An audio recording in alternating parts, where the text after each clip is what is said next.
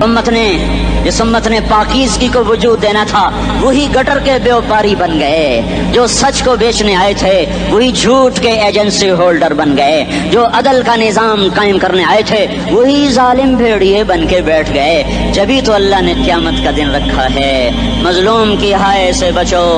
शायद आज ताकत के नशे में तुझे किसी माँ का आंसू टपकता हुआ नजर न आए। शायद किसी बूढ़े बाप की फरियाद तेरे दर तक न पहुँचे। शायद किसी मासूम बच्चे का रोना तेरे कान तक न पहुँचे।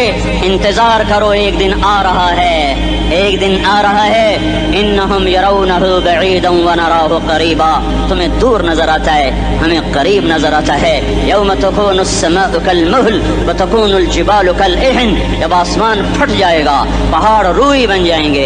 इज़ा अस्समाउ इंफतरत, जब आसमान फटेगा। व इज़ल कवाकिबु इंतथरत, जब सितारे सितारे झड़ेंगे। व इज़ल कुबूर बुअसरत, जब कब्रें उखड़ेंगी। हाँ, आज जालिम मजलूम में नखेड़ा करने के अल्लाह खुदा रहा है। बहुत से दोस्त कहते हैं मुसलमानों के साथ क्या हो रहा है, क्या हो रहा है, क्या हो रहा है, काफिर क्या कर रहे हैं, सालिम क्या कर रहे हैं। जिसके हाथ में हुकूमत है वो फिरौन बन चुका है, जिसके हाथ में ताकत है वो ये कर चुका है। कोई नहीं पूछने वाला, कोई नहीं अरे है, हम जल्दबाज हैं, वो बुर्दबार है।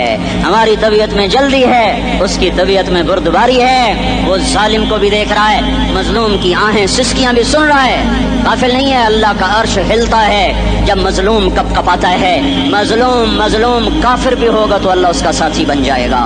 मजलूम की कोई बिरादरी नहीं अल्लाह के दरबार में। मजलूम की एक ही बिरादरी है, वो मुसलमान हो, वो हिंदू हो, वो दहरिया हो, वो काफिर हो, यहूदी हो, ईसाई हो, बुद्ध मत हो, बुत परस्त हो, आतिश परस्त हो, मजलूम है तो अल्लाह उसके साथ है। दाबतासला नासर खान इस्लामी कैसेट हाउस, बैरून कचहरी गेट, अशरफ रोड, सराय फकीर खान, पेखावर खार के द नासर खान सरार साथ मिलावेगी और ददीन अलावा ददीन तकारूर कैसेट बमतासला ददी दुकान तरला फकी देशी।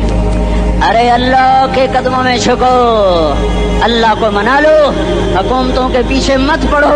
वो जालिम है तो सब्र करो, अनकरीब अल्लाह आ रहा है। वो अय्याश है तो सब्र करो, अनकरीब अल्लाह आ रहा है। अफसर राशि है तो सब्र करो, अनकरीब अल्लाह आ रहा है। हाँ, तुम देखते नहीं हो, यहाँ हुसैन का सर नेज़े पे चढ़ गया और यजीद तख्त पे बैठा रह गया। इब्ने ज़ियाद ने फतह का झंडा लहराया और आले रसूल के लाशें तड़पा दिए गए। अल्लाह की कुदरत और सुन्नत में गौर तो करो।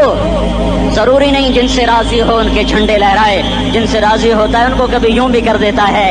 कायनात का सबसे मुकद्दस काफिला, सबसे मुकद्दस खानदान, सबसे मुकद्दस नस्ल, खुरासान में एक आले रसूल में से शख्स का इंतकाल हुआ। फाके आए, बीवी ने अपने फाका छुपाने के लिए हिजरत की, समरकंद चली गई। वहां पहुंची तो एक वाली समरकंद के पास गई। मुसाफिर हूँ, परदेसी हूँ, रात के लिए ठिकाना चाहिए, ठिकाना चाहिए, बच्चों के लिए खुराक चाहिए, मैं आले रसूल में से हूँ।